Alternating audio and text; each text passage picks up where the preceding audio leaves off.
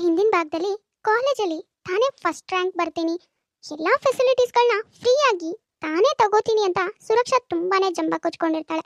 ಆದ್ರೆ ಎಲ್ಲಾನು ಉಲ್ಟಾ ಆಗತ್ತೆ. ಆ ಎಲ್ಲಾ ಫೆಸಿಲಿಟೀಸ್ಗಳನ್ನು ಕೀರ್ತನ್ ತಾನು ಕಷ್ಟಪಟ್ಟು ಓದಿ ಫಸ್ಟ್ ರ್ಯಾಂಕ್ ಬಂದು ಅವನ್ ಪಾಲಿಗೆ ಮಾಡ್ಕೋತಾನೆ. ಇದರಿಂದ ಸುರಕ್ಷಾನ್ ಸುತ್ತಮುತ್ತ ಇದ್ದಂತ ಫ್ರೆಂಡ್ಸ್ ಎಲ್ರು ಕೀರ್ತನ್ ಹಿಂದೆ ಮುಂದೆ ಹೋಗ್ತಾರೆ. ಯಾಕೆ ಅಂದ್ರೆ ಕೀರ್ತನ್ ತುಂಬಾ ಚೆನ್ನಾಗಿ ಓದ್ತಾನೆ, ಮುಂದೆ ಏನಾದ್ರೂ ಉಪಯೋಗ ಆಗತ್ತೆ. ಸುರಕ್ಷಾನ್ ಜೊತೆ ಇದ್ರೆ ಸುಮ್ಮನೆ ಆಟಿಟ್ಯೂಡ್ ಮಾಡ್ಕೊಂಡು ನಮ್ಗೇನು ಯೂಸ್ ಇಲ್ಲ ಅಂತ ಅವ್ರಿಗೂ ಅರ್ಥ ಆಗುತ್ತೆ. ಹಾಗಾಗಿ ಕೀರ್ತನ್ ಜೊತೆ ಹೋಗ್ತಾರೆ. ಇದೇ ಕಾರಣಕ್ಕೆ ಸುರಕ್ಷನಿಗೆ ಕೀರ್ತನ್ ಮೇಲೆ ಇನ್ನೂ ಕೋಪ ಬರುತ್ತೆ. ಹೇಗಾದ್ರೂ ಮಾಡಿ ಕೀರ್ತನನ್ನ ಕಾಲೇಜಿಂದ ಆಚೆ ಕಳಿಸ್ಬೇಕು ಅಂತ ಅವಳು ನಿರ್ಧಾರ ಮಾಡ್ತಾಳೆ. ಅದೇ ಕೋಪದಲ್ಲಿ ಅಲ್ಲಿಂದ ಹೊರಟೋಗ್ತಾಳೆ. ನೋಡೋಣ ಸುರಕ್ಷಾ ಇನ್ ಮುಂದೆ ಏನ್ ಮಾಡ್ತಾಳೆ, ಸ್ಟೋರಿ ಏನೆಲ್ಲ ತಿರುವು ಪಡ್ಕೊಳ್ಳುತ್ತೆ ಅಂತ. ನೋಡೋದಕ್ಕಿಂತ ಮೊದಲು ಯಾರ್ಯಾರು ನಮ್ಮ ಯೂಟ್ಯೂಬ್ ಚಾನಲ್ನ ಸಬ್ಸ್ಕ್ರೈಬ್ ಮಾಡ್ಕೊಂಡಿಲ್ವೋ ದಯವಿಟ್ಟು ಸಬ್ಸ್ಕ್ರೈಬ್ ಮಾಡ್ಕೊಳ್ಳಿ. ಹಾಗೆ ಈ ವಿಡಿಯೋಗೊಂದು ಲೈಕ್ ಮಾಡಿ. ಅರೆ ಇದೇನೇ ಇದು ಸುರಕ್ಷಾ, ಇಷ್ಟು ಬೇಗ ಮನೆಗೆ ವಾಪಸ್ ಬಂದಿದ್ಯಾ? ಯಾಕೆ ನಾನು ಮನೆಗೆ ಬರಬಾರ್ದಿತ್ತಾ? ಮನೆಗೆ ಬಂದಿದ್ದು ಇಷ್ಟ ಆಗಿಲ್ವಾ ನಿನ್ಗೆ? ಅಯ್ಯೋ ಯಾಕೆ ಯಾಕೆ ಇಷ್ಟು ಜೋರ್ ಮಾಡ್ತಿದ್ಯಾ? ನಾನು ಹಾಗೆ ಕೇಳಿದಲ್ಲ ಕಣೆ. ನೀನ್ ಬೆಳಗ್ಗೆ ಕಾಲೇಜಿಗೆ ಹೋಗ್ತಾ ನಾನು ಇವತ್ತು ಕಾಲೇಜಲ್ಲಿ ಫಸ್ಟ್ ರ್ಯಾಂಕ್ ಬರ್ತೀನಿ, ಅದಕ್ಕೆ ನನ್ನ ಫ್ರೆಂಡ್ಸಿಗೆಲ್ಲ ಪಾರ್ಟಿ ಕೊಟ್ಟು ನಾನು ಇವತ್ತು ಬರಲ್ಲ, ನೈಟ್ ಪೂರ್ತಿ ಅವ್ರ ಜೊತೆನೇ ಇರ್ತೀನಿ, ಮಾರ್ನಿಂಗ್ ಬರ್ತೀನಿ ಅಂತ ನೀನೇ ತಾನೇ ಹೇಳಿದ್ದು. ಇವಾಗ ಇಷ್ಟು ಬೇಗ ಬಂದ್ಯಲ್ಲ ಅಂತ ಕೇಳಿದ್ನಪ್ಪ, ಅದಕ್ಕೆ ಇಷ್ಟು ಜೋರಾಗಿ ಕೂಗ್ತಿದ್ಯಲ್ಲೇ? ಹೌದು, ನಾನು ನನ್ನ ಫ್ರೆಂಡ್ಸ್ ಜೊತೆ ಆರಾಮಾಗಿ ಟೈಮ್ ಸ್ಪೆಂಡ್ ಮಾಡೋಣ ಅನ್ಕೊಂಡಿದ್ದೆ. ಆದ್ರೆ ನನ್ನ ಖುಷಿನೆಲ್ಲ ಕಿತ್ಕೊಳ್ಳೋದಕ್ಕೆ ಇದಾನಲ್ಲ ನಿಮ್ಮ ಮನೆ ಕೆಲ್ಸದವನು, ಕೂಲಿ ಕೂಲಿ ಇದಾನಲ್ಲ, ಅವನಿಂದ ನನ್ನ ನೆಮ್ಮದಿ ಎಲ್ಲ ಹಾಳಾಯ್ತು. ಅಯ್ಯಯ್ಯೋ, ಯಾಕೆ ಮಗಳೇ, ಯಾಕೆ ಇಷ್ಟು ಕೋಪ ಮಾಡ್ಕೊಂಡಿದ್ಯಾ? ಕಾಲೇಜಲ್ಲಿ ಏನ್ ನಡೀತು? ಅವ್ನು ಏನ್ ಮಾಡ್ದ? ಏನ್ ಮಾಡದ್ನ? ನನ್ನ ನೆಮ್ಮದಿನೆಲ್ಲ ಹಾಳು ಮಾಡ್ದಪ್ಪ. ನಾನು ನಾನು ಫಸ್ಟ್ ರ್ಯಾಂಕ್ ಬಂದು ಕಾಲೇಜ್ ಫೆಸಿಲಿಟೀಸ್ ಎಲ್ಲ ತಗೊಂಡು ಎಲ್ಲರ ಹತ್ರನೂ ಬೇಷ್ ಅನ್ಸ್ಕೋಬೇಕು ಅನ್ಕೊಂಡಿದ್ದೆ. ಆದ್ರೆ ನನ್ಗಿಂತಾನು ಅವನೇ ಫಸ್ಟ್ ರ್ಯಾಂಕ್ ಬಂದು ನನ್ನ ಆಸೆನೆಲ್ಲ ಮಣ್ಪಾಲ್ ಮಾಡ್ದ. ನನ್ಗಂತೂ ಅವನಿಂದ ಸ್ವಲ್ಪನೂ ನೆಮ್ಮದಿ ಇಲ್ದಿದ್ದಂಗೆ ಆಗಿದೆ. ಅವನು ಈ ಮನೆ ಕೆಲಸದವ್ರ ಮಗ ಯಾವತ್ತೂ ನನ್ನ ಕಾಲ್ ಕೆಳಗೆ ಇರ್ಬೇಕಪ್ಪ. ಅದ್ ಬಿಟ್ಟು ನನಗಿಂತಾನು ಹೆಚ್ಚಾಗಿ ಮೆರೆಯೋದಕ್ಕೆ ಹೋಗ್ತಿದ್ದಾನೆ. ನಾನು ಕಾಲೇಜಲ್ಲಿ ಎಲ್ರ ಮುಂದೆ ತಲೆ ತೆಗ್ಸೋ ಹಾಗಾಯ್ತು. ಅವನು ನನಗಿಂತಾನು ಚೆನ್ನಾಗಿ ಓದಿ ಫಸ್ಟ್ ರ್ಯಾಂಕ್ ಅಲ್ಲಿ ಬಂದ. ಛೇ ಸುರಕ್ಷಾ, ಸಾಕು ಬಾಯಿ ಮುಚ್ಚು. ಅದೇನ್ ಮಾತಾಡ್ತಿದ್ಯಾ? ಅವನು ಕಷ್ಟಪಟ್ಟು ಹಗಲು ರಾತ್ರಿ ಅಂತ ನೋಡ್ದೇನೆ ಓದಿದಾನೆ ಕಣೆ, ಅದಕ್ಕೆ ಅವನಿಗೆ ಬೇಕಾಗಿರೋ ಪ್ರತಿಫಲ ಸಿಕ್ಕಿದೆ. ಫಸ್ಟ್ ರ್ಯಾಂಕ್ ಅಲ್ಲಿ ಪಾಸ್ ಆಗಿದ್ದಾರೆ. ನೀನು ಓದ್ಬೇಕಿತ್ತು, ನಿನ್ಗ್ಯಾರು ಓದ್ಬೇಡ ಅಂತ ಹೇಳಿದ್ರು? ನಿನ್ಗೇನ್ ಕೆಲಸ ಮಾಡಿಸ್ತಾ ಇದ್ವಾ? ಇಷ್ಟು ದೊಡ್ಡ ಮನೇಲಿ ನಿನ್ ಪಾಡಿಗೆ ನೀನ್ ಓದ್ಕೊಳ್ತಾ ಕೂತಿದ್ರೆ ಯಾರು ಬಂದು ನಿನ್ನ ಡಿಸ್ಟರ್ಬ್ ಮಾಡ್ತಾ ಇದ್ರು? ಇವಾಗ ಪಾಪ ಅವನ ಮೇಲೆ ರೇಗ್ತಾ ಇದೆಯಲ್ಲ. ಅವನು ಓದಿದಾನೆ, ಅವನು ಫಸ್ಟ್ ರ್ಯಾಂಕ್ ಅಲ್ಲಿ ಬಂದಿದ್ದಾನೆ, ಅದನ್ನ ನೋಡಿ ಖುಷಿ ಪಡೋದ್ ಬಿಟ್ಟು ಹೊಟ್ಟೆ ಕಿಚ್ಚು ಪಡ್ತಿದ್ಯಾ ನೀನು? ಶ್ರೀಮತಿ, ಏನೇ ಮಾತಾಡ್ತಿದ್ಯಾ? ನನ್ ಮಗಳು ಈ ಊರಿಗೆ ಜಮೀನ್ದಾರರು ಕಣೆ. ನನ್ನ ನಂತರ ಅವಳೇ ಈ ಮನೆ ಈ ಊರಿಗೆ ಒಡತಿ. ಹಾಗಿರುವಾಗ ಅವನು ನಮ್ಮನೆ ಎಂಜಲ್ ತಿನ್ಕೊಂಡು ಬಿದ್ದಿರೋನು, ಅವನು ನನ್ನ ಮಗಳಕ್ಕಿಂತಾನು ರ್ಯಾಂಕಿಂಗ್ ನಲ್ಲಿ ಜಾಸ್ತಿ ತಗೋತಾನೇನೆ ಅಲ್ವೇ? ಅವ್ನು ಯಾವತ್ತು ನನ್ನ ಮಗಳ ಕಾಲ್ ಕೆಳಗೆ ಇರ್ಬೇಕು. ಅದ್ ಬಿಟ್ಟು ನನ್ ಮಗಳೇ ಅವನನ್ನ ತಲೆ ಎತ್ತಿ ನೋಡೋ ಹಾಗೆ ಯಾವತ್ತೂ ಆಗ್ಬಾರ್ದು. ಹೌದಪ್ಪ, ನೀನ್ ಕರೆಕ್ಟ್ ಆಗಿ ಹೇಳ್ದೆ. ಯಾವಾಗ್ಲೂ ಅವನು ನನ್ ಕಾಲ್ ಕೆಳಗೆ ಇರ್ಬೇಕು. ಅವನು ಏನೇ ಮಾತಾಡ್ಬೇಕು, ಏನೇ ನೋಡ್ಬೇಕಂದ್ರು ನನ್ನನ್ನ ತಲೆ ಎತ್ಬಿಟ್ಟೆ ನೋಡ್ಬೇಕು. ಆದ್ರೆ ನಿನ್ ಹೆಂಡತಿಗೆ ಇದೆಲ್ಲ ಎಲ್ಲ ಅರ್ಥ ಆಗತ್ತೆ? ಅವಳಂತೂ ಅವಳಿಗೆ ಕಸ ಯಾವ್ದು ರಸ ಯಾವ್ದು ಅಂತ ಗೊತ್ತೇ ಆಗಲ್ಲ. ಮನೆ ಕೆಲಸದವ್ರನ್ನ ತಲೆ ಮೇಲೆ ಹೊತ್ಕೊಂಡು ಮೆರೆಸ್ತಾ ಇದ್ದಾಳೆ. ಕಸನ ತಗೊಂಡ್ ಬಂದು ದೇವ್ರ ಕೋಣೆಲಿ ಇಡ್ತಾಳೆ. ಕೇಳಿಸ್ಕೊಂಡ್ರೇನ್ರಿ ನಿಮ್ ಮಗಳ ಮಾತನ್ನ?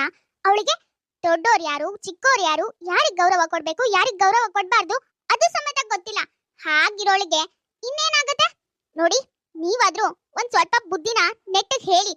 ಜೀವನದಲ್ಲಿ ಎಲ್ರೂ ಹೀಗೆ ತುಳಿಯೋದನ್ನ ಯೋಚನೆ ಮಾಡಿದ್ರೆ ಒಂದಿನ ಇವಳೆ ನೆಲ ಸಮ ಆಗ್ತಾಳಷ್ಟೇ. ಯಾರಿಗಾದ್ರೂ ಒಳ್ಳೇದ್ ಬಯಸಿದ್ರೆ ಮಾತ್ರನೇ ಒಳ್ಳೇದಾಗೋದು. ನೀವಿಬ್ರು ತಂದೆ ಮಗಳಿಗೆ ಇನ್ನೊಬ್ರಿಗೆ ಒಳ್ಳೇದ್ ಬಯಸೋದಂದ್ರೇನೆ ಆಗಲ್ಲ. ಅದ್ ಏನೋ ಹೆಸರಿಗೆ ಮಾತ್ರ ಜಮೀನ್ದಾರು, ಮಾಡೋದೆಲ್ಲ ಅನಾಚಾರದ ಕೆಲಸ. ಸಾಕ್, ಬಾಯಿ ಮುಚ್ಕೊಂಡು ಒಳಗ್ ಹೋಗೆ. ನಿನ್ಗೇನೆ ಗೊತ್ತಾಗತ್ತೆ?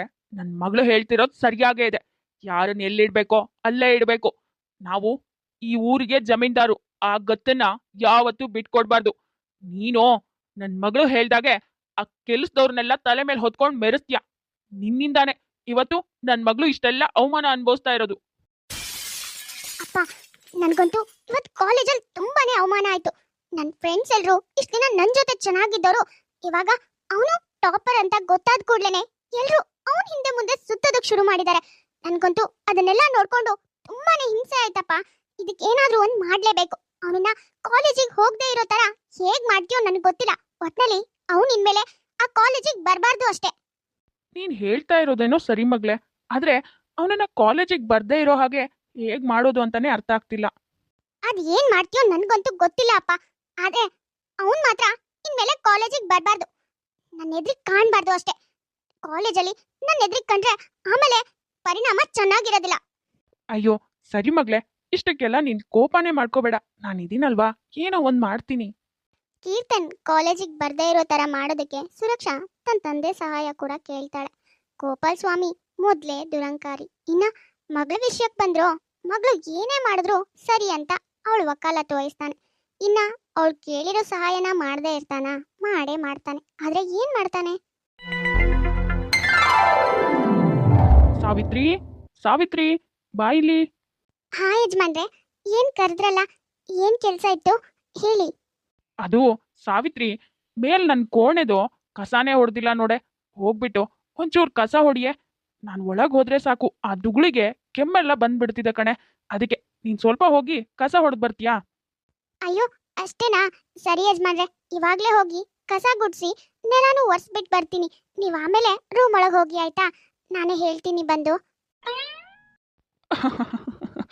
ಸಾವಿತ್ರಿ, ರೂಮ್ ಎಲ್ಲ ಕ್ಲೀನ್ ಮಾಡ್ಬಿಟ್ಟು ನೆಮ್ಮದಿಯಾಗ್ ಬಾ. ಈ ಎಣ್ಣೆ ಮೇಲೆ ಕಾಲಿಟ್ಟು ನಿನ್ ಸೊಂಟ ಮುರಿಯೋದಂತೂ ಖಂಡಿತ ಹೌದು. ಅಯ್ಯಯ್ಯೋ ಅಮ್ಮ, ಸೊಂಟ! ಅಯ್ಯೋ ದೇವ್ರೆ, ಇದೇನ್ ಮಾಡ್ಕೊಂಡ್ಯೆ? ಯಾಕೆ ಮೆಟ್ಲು ಮೇಲಿಂದ ಬೀಳೋದಕ್ ಹೋಗಿದೆ? ಅಯ್ಯೋ ದೇವ್ರೆ ಭಗವಂತ! ರೀ, ಮೊದ್ಲು ಡಾಕ್ಟರ್ಗೆ ಫೋನ್ ಮಾಡ್ರಿ.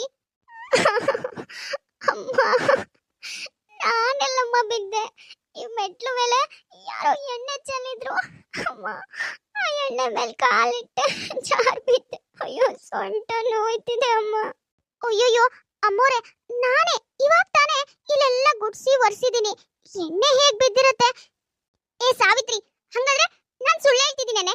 ನೋಡೆ ಇಲ್ಲಿ, ನೀನೇ ನೋಡು ಎಣ್ಣೆ ಎಷ್ಟು ಅಂಟಂಟಾಗಿದೆ ಅಂತ. ಅದ್ರ ಮೇಲೆ ಕಾಲಿಟ್ಟಿದ್ದಕ್ಕೆ ನಾನ್ ಬಿದ್ದಿದ್ದು. ಲೇ ಸುರಕ್ಷಾ, ಅವಳು ಹೇಳ್ತಿದ್ದಾಳೆ ತಾನೆ ಇಲ್ಲೆಲ್ಲ ಒರೆಸಿದ್ದೆ ಅಂತ. ಏನೋ ಮಿಸ್ ಆಗಿ ಉಳ್ಕೊಂಡಿತ್ತು ಅನ್ಸುತ್ತೆ. ಹೇಗೋ ಮಿಸ್ ಆಗಿ ಎಣ್ಣೆ ಚೆಲ್ಲಿರತ್ತೆ. ನೀನೇ ನೋಡ್ಕೊಂಡ್ ಬರ್ಬೇಕಿತ್ತು. ಮೊದ್ಲು ನಡಿ, ರೂಮಿಗೆ ಹೋಗುವಂತೆ, ಡಾಕ್ಟರ್ ಬರ್ತಾರೆ. ನಿನಗೆ ಯಾವಾಗ್ಲೂ ಮೈ ಮೇಲೆ ಪ್ರಜ್ಞೆನೇ ಇರಲ್ಲ.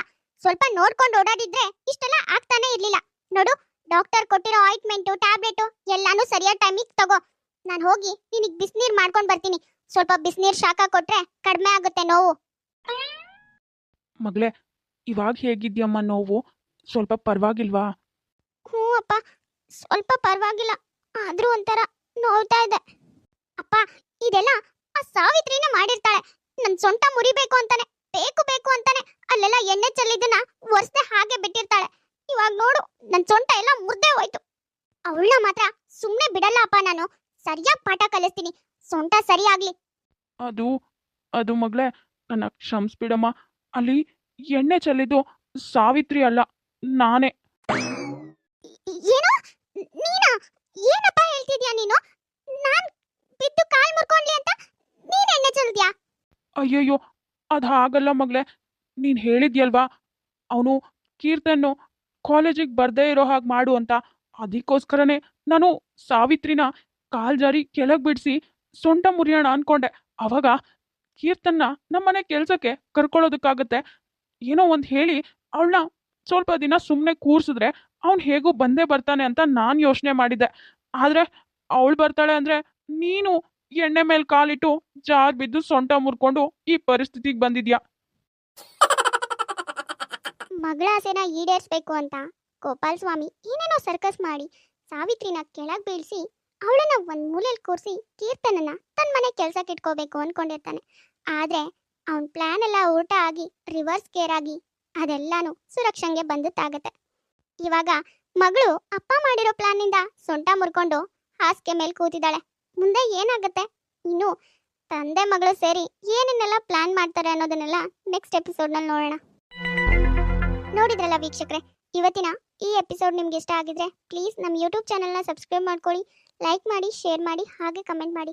ತುಂಬಾ ಜನ ಹಾಗೆ ವಿಡಿಯೋಸ್ ನೋಡ್ತಾ ಇದ್ರ. ಯಾರ್ಯಾರು ಹಾಗೆ ವಿಡಿಯೋಸ್ ನೋಡ್ತಾ ಇದ್ರು ದಯವಿಟ್ಟು ಸಬ್ಸ್ಕ್ರೈಬ್ ಮಾಡ್ಕೊಳ್ಳಿ. ಹಾಗೆ ಪಕ್ಕದಲ್ಲೇ ಇರೋ ಬೆಲ್ ಐಕಾನ್ ಕ್ಲಿಕ್ ಮಾಡಿ ಆಲ್ ಅನ್ನೋದನ್ನ ಸೆಲೆಕ್ಟ್ ಮಾಡಿ. ನೆಕ್ಸ್ಟ್ ಯಾವುದೇ ವಿಡಿಯೋ ಹಾಕಿದ್ರು ನೋಟಿಫಿಕೇಶನ್ ಬರುತ್ತೆ.